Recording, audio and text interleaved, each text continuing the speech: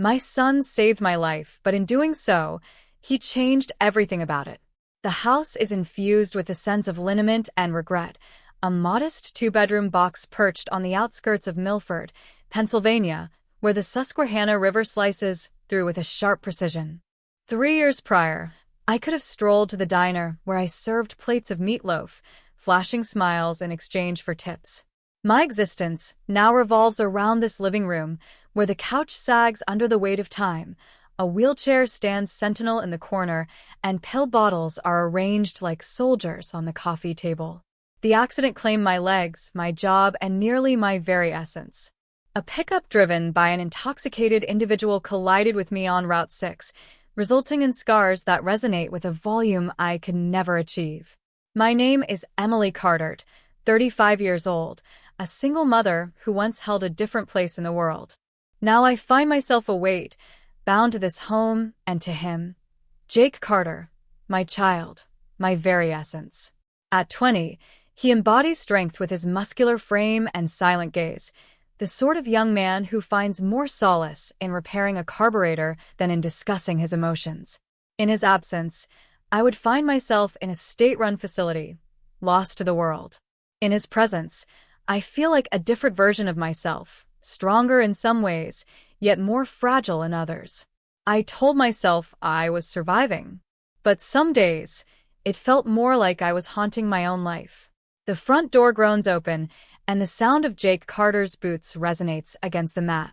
He returns from the garage, infused with the scent of motor oil and the warmth of summer, his flannel shirt hugging his broad shoulders. "Mother, have you had a meal today?" he calls, his voice a hushed whisper, as if he possesses the answer already. I adjust my position on the couch, feeling the pulsing ache in my legs beneath the blanket. I find myself lacking an appetite. I murmur softly. He enters the room, towering at 6'2", his dark hair glistening with sweat. Those green eyes, reminiscent of his absent father's, fixate on me, piercing through the surface, revealing too much. "It's essential that you nourish yourself, Claire." He sets his toolbox down by the door, the sound of metal meeting the floor resonating in the stillness. He's the sole one who addresses me as Claire now, not Mom, not since the accident forged a peculiar bond of equality between us. He kneels beside me, inspecting the brace on my knee in silence.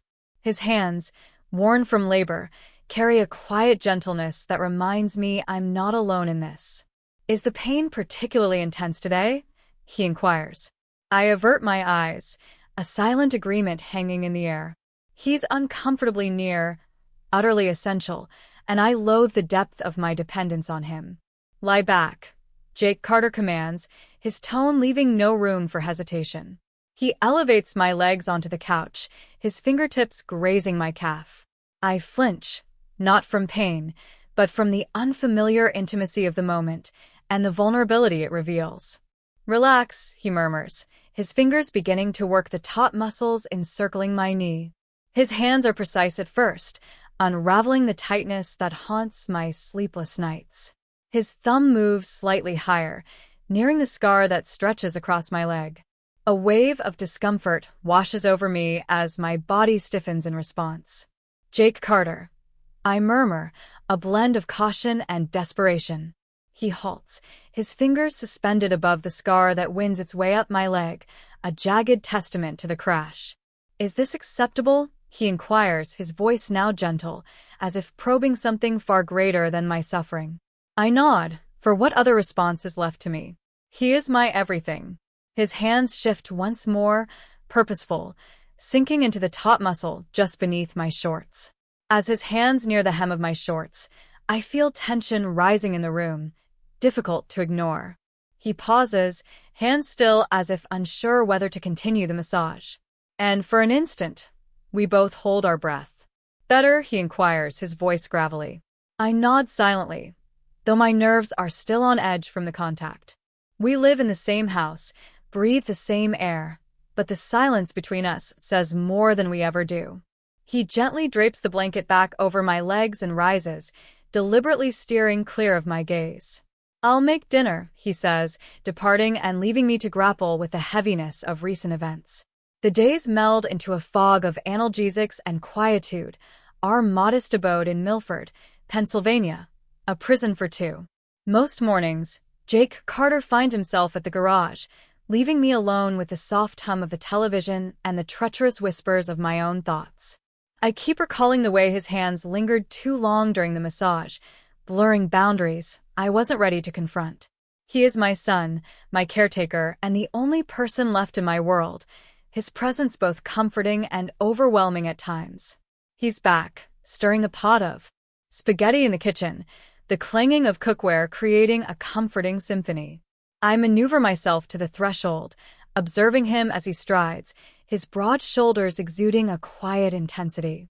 As he stretches to grab a jar of sauce, his t-shirt lifts, unveiling a tattoo on his lower back, a wrench intertwined with a rose. He acquired it last summer, yet he chose not to reveal the reason. "You're staring, Claire," he says with a playful smirk, snapping me out of my daze. Heat rushes to my cheeks as I mumble something about the pungent aroma of garlic. Lately, he seems different, more observant, more careful with his words and gaze. The doorbell slices through the tranquility of the evening, jarring and intrusive. Jake Carter cleans his hands on a dish towel, casting a glance in my direction. "Remain where you are," he insists, as if I have any say in the matter. It is Mrs. Whitaker, our neighbor, her voice echoing softly through the screen door. "Merely reaching out to see how you are, Jake Carter. Is your mother doing well?" Her concern is nothing but a facade, her eyes perpetually scanning for the latest morsels of gossip to unveil at the church potluck. I clutch the arms of my wheelchair, a knot tightening in my stomach. Is she aware of it? The manner in which Jake Carter lingers just a breath away, the way I find myself leaning into him, almost instinctively? Jake Carter graciously declined her offer to bring over a pie. "We're doing well, Mrs. Whitaker, thank you." Yet she remains, extolling his unwavering commitment. "What a wonderful son you are, looking after your mother in such a thoughtful way." I feel an urge to shout that he is not merely a boy, he is a man burdened with weight too heavy for her limited understanding to grasp. The door closes with a decisive thud, and Jake Carter stands there, his back rigid, jaw clenched. "She's so nosy," he mutters, seated across from me. His knee brushes mine under the table. I shift uncomfortably and drop my fork. He offers no apology, merely observes me, his green eyes a mystery. The atmosphere hangs thick with anticipation, reminiscent of a tempest on the horizon. As night falls, the house envelopes itself in shadows, illuminated solely by the flickering glow of a muted baseball game. Jake Carter sits on the couch next to me, uncomfortably close for no apparent reason. My legs throb with fatigue, yet I refrain from seeking assistance. Fear grips me at the thought of his touch and the power it may wield. "You're silent this evening," he remarks, his tone gravelly, as if he's been gnawing on thoughts for far too long. I let out a sigh, my gaze fixed on the screen, weariness settling in. He moves, his arm lightly grazing against mine. "Have you ever contemplated the sacrifices I've made?" My breath halts. "What is this?" He leans in, resting his elbows on his knees. "University. Companions. A singular existence. I remained here for you, Claire." His words struck with the force of a blow, guilt and gratitude intertwining within me. "I never requested you to," I murmur. He pivots, his visage mere inches from my own, eyes ablaze with intensity. "I stayed because you're all I have left, Claire. I couldn't walk away."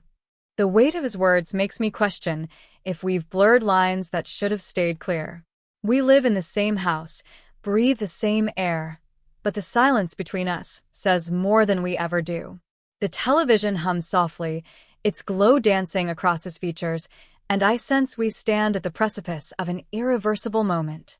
The thunder outside wasn't louder than the war inside my chest.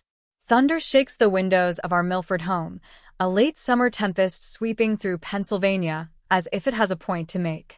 The lights extinguish, casting us into shadow, the soft murmur of the television giving way to the fierce wail of the wind. Here I sit on the couch, a blanket draped over my lap, my legs pulsating with an intensity that feels more pronounced than ever. Jake Carter sits beside me, his presence radiating a warmth I cannot overlook. "Are you all right, Claire?" he inquires, his voice barely above a whisper, as if he fears shattering something delicate. I acknowledge with a nod, yet the shadows compel my truthfulness. I find myself in a state of discontent.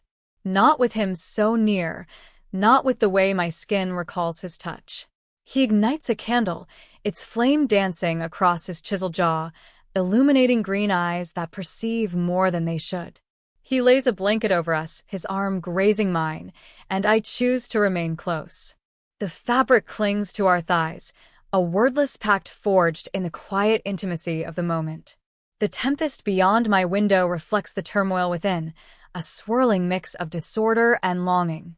He places a steady hand on my knee, anchoring me in the silence between us. "Is that you, Claire?" he whispers, and it carries no uncertainty. It serves as a cautionary note. I ought to put an end to this. I do not.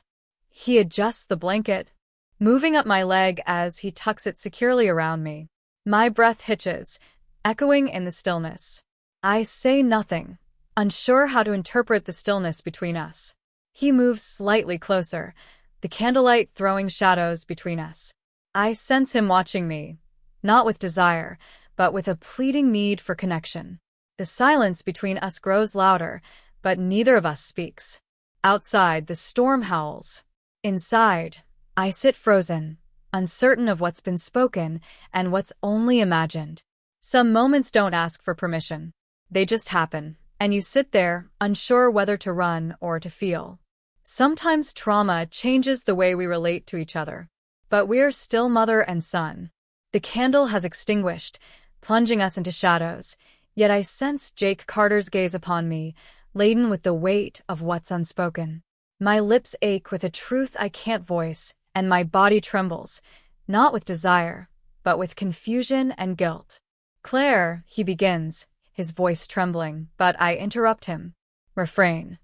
The sound eludes me, and I find myself unable to confront the reality of the moment. "What are we, truly?" He extends his hand toward me, yet I retreat, drawing into myself on the couch. The power surges back to life, a blinding light pouring into the room, laying us bare. Jake Carter's shirt hangs in disarray, his hair tousled, and I can't help but realize I appear just as disheveled. "We can undo this," he states, his tone devoid of remorse, yet filled with unwavering conviction. I nod, my eyes brimming with tears. A primal urge wells within me, a desperate need to scream and flee, yet my legs remain stubbornly anchored in place. He lingers for a moment, uncertainty etched on his face, before making his way to the kitchen, leaving me to grapple with the gravity of our silence. The tempest outside may be waning, yet the turmoil within me is only just commencing.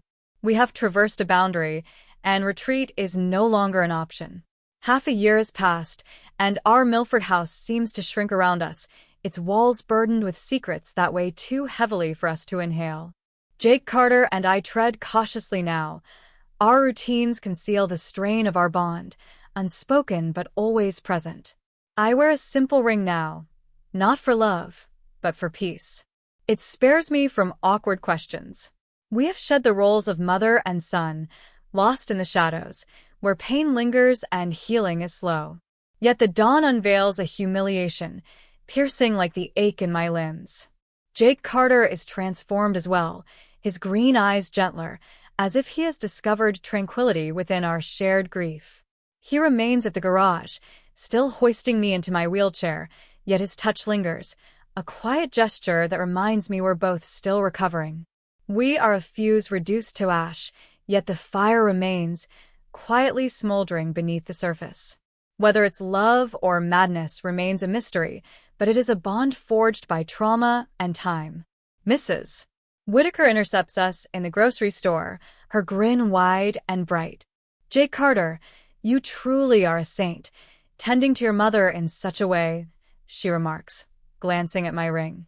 I compel a nod, my grip on Jake Carter's hand growing firmer. He grips firmly, unwavering, as if daring the world to ask more than it should. But no one does. She doesn't, preoccupied with her chatter about the church bake sale. We depart, the sound of my wheelchair echoing softly, while his strides remain confident. No one sees how much we're struggling behind the politeness of small-town smiles. In this way, we endure, concealed in the open, our reality masked by silence and routine. In the car, Jake Carter's hand lies on mine, steady and reassuring. The Susquehanna sparkles in the sunlight, unbothered by the world around it.